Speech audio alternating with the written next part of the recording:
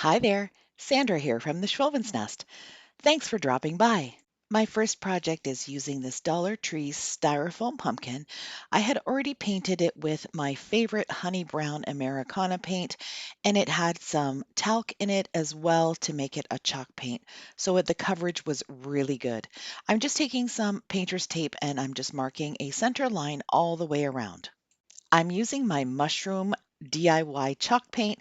This is sort of a gray beige color. I think it's similar to the Waverly paint in mineral. I'm going to give the bottom part of this pumpkin one good coat and let it dry overnight. I was so excited when I was at my local Dollar Tree and I found one sheet of these rub-on transfers. I love them. They're so soft and muted in the colors. I'm going to take four of the larger ones and put them north, south, east, and west on the pumpkin, half on the bottom, half on the top, like you see me doing here.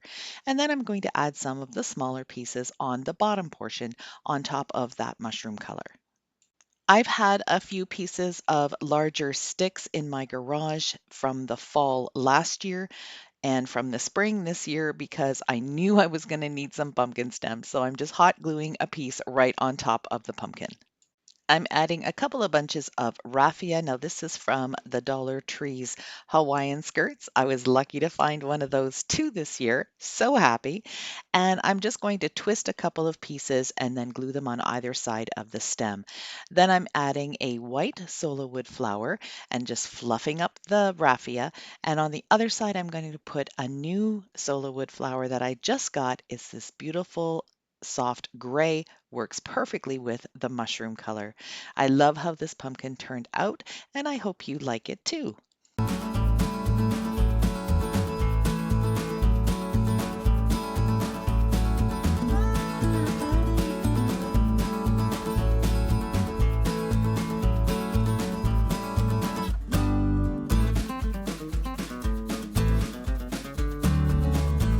Project number two is using this IKEA mirror that I've had in my stash for a couple of years.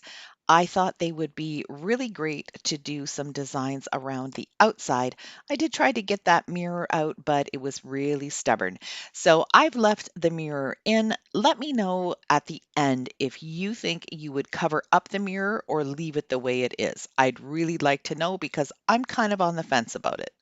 So I created this printable from two images from Pixabay, and I'm tearing the edges of the paper because I want to be able to overlap them a little bit and make them look really old and kind of wrinkly. So Mod Podge will be really great in this instance.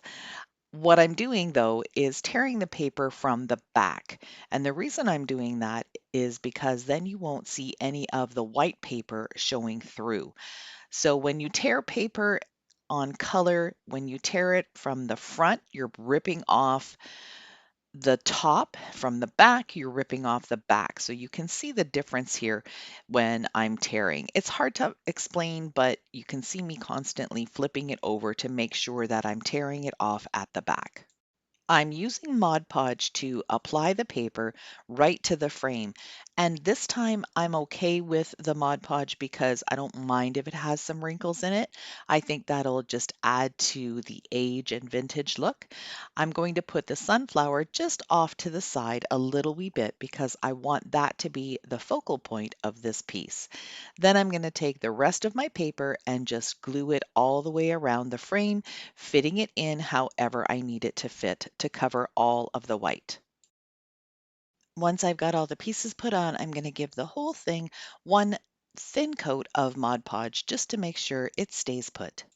I'm using my craft knife to gently cut around the edge where the mirror is. I'm going to take this really nice and slow. You can see that I haven't waited until the Mod Podge has fully dried. That's why I'm going super slow because I don't want any of the paper to tear. Ideally, you should wait for it to dry completely and then it would be so much faster to do, but I'm an impatient crafter and I want to get stuff done. I'm using my medium thickness Star Bond glue to attach some barnboard pieces that I used my table saw to cut down. So I'm putting the glue on the one edge, and you can see here that I just stuck my finger in the crazy glue. Oh my gosh, I was having a day. Anyway, then I'm going to take the accelerator and spray it onto the wood piece and then push the two together. Barnboard has a lot of ridges and nooks and crannies, so there wasn't a complete tight fit here. So I'm just taking the glue, filling it in the crack, doing it section by section, and then spraying the accelerator so it can dry lickety split.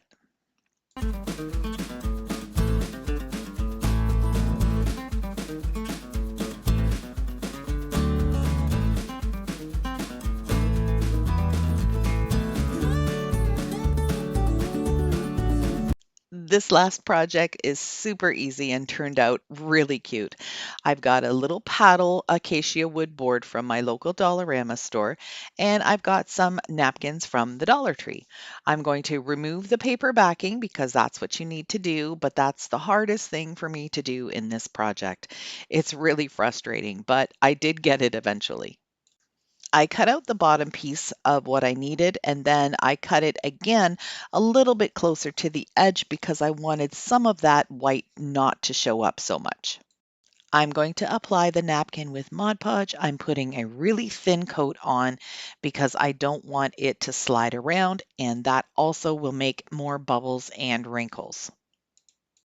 I want some of the napkin to hang over around the edge, so that's why I'm placing it in such a way that there's just a little bit that I'll be able to fold down. Then I take my brush that still has a little bit of Mod Podge on it, and I like to start from the center and work my way out. That pushes all of the bubbles or wrinkles out towards the edge, and if it has a little bit of wrinkling, again, I'm okay with that because I like that kind of look.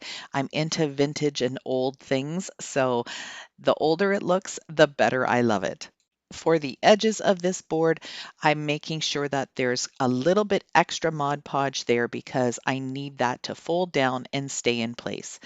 So I'm just going very gently and pushing it as I bend it down to make sure that it stays in place. I'm going to seal the whole board, just the top of it and the sides, with a good coat of Mod Podge because I don't want it to look shiny in one spot and not in the other. I want it to be the same. And even though this is matte Mod Podge, it does give a little bit of a sheen, so I wanted everything to look the same. I went to my computer and I designed a little happy harvest sign. I'm going to be putting this on a little tag. Now, I printed this off on tissue paper, and if you're not familiar with that technique, I do have a link down in my description box where it will take you to a tutorial for this. I love to do printing on tissue paper. It opens up so many different things that you can do. The tissue paper just disappears on top of projects and you don't even know that it's there. This is just dollar store tissue paper. You just want to make sure that if it has a shiny side and a matte side, that you're printing on the matte side of it. Again, Mod Podge to the rescue. And a little trick that I just showed you there is to take your brush and pick up your little image, and then you can place it wherever you need to place it.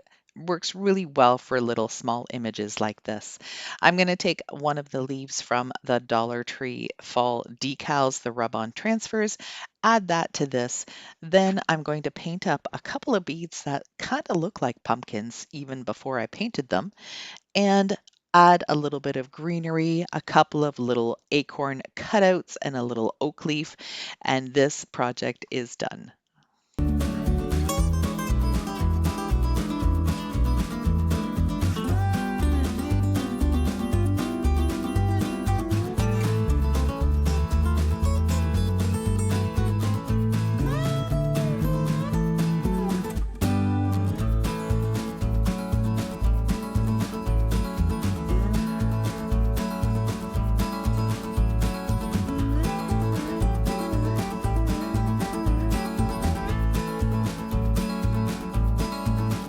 I hope you enjoyed these 3 quick and easy fall DIYs. I had a lot of fun creating them, and I think they turned out really nice. If you like what you saw, I'd love for you to stick around by hitting that subscribe button. That black arrow will point you in the right direction. Thank you so much for watching straight to the end. I truly appreciate each and every one of you. See you in the next one.